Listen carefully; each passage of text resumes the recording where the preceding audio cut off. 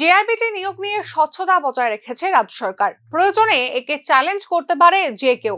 রবিবার সাংবাদিক সম্মেলন করে এরকমটাই জানালো ত্রিপুরা প্রদেশ বিজেপি। যেখানে আরটিআই আইন এবং আদালত রয়েছে, সেখানে যে কেউ জেআরবিটি নিয়োগের স্বচ্ছতা নিয়ে চ্যালেঞ্জ করতে পারে বলে জানিয়েছে বিজেপি। এদিকে প্রচন্ড চাপের মুখে প্রায় 4 বছর পর জেআরবিটির মেধা তালিকা প্রকাশ করা হয়েছে বলে অভিযোগ বিরোধী রাজনৈতিক দলগুলির।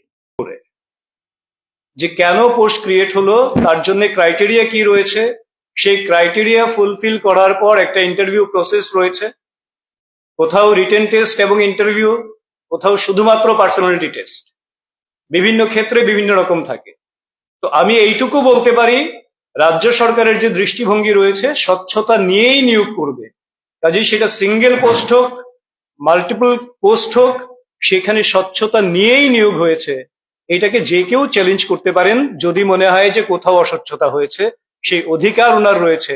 আর কার্যকর্তা হলেই শুধুমাত্র মানে কার্যকর্তা বা কার্যকর্তা না, তার সঙ্গে এটা রিলেট করে না। এটা কারণ আজকে আমি কার্যকর্তার কথা বলবো, এটা যে কোনো, তাহলে তাদের যদি কনফিউশন থাকে, এখন অনেক বিষয় রয়েছে, right two education, right two information রয়েছে, কোর্ট রয়েছে, চ্যালেঞ্জ করাই যেতে পারে, তারা সেটা করতে পারেন।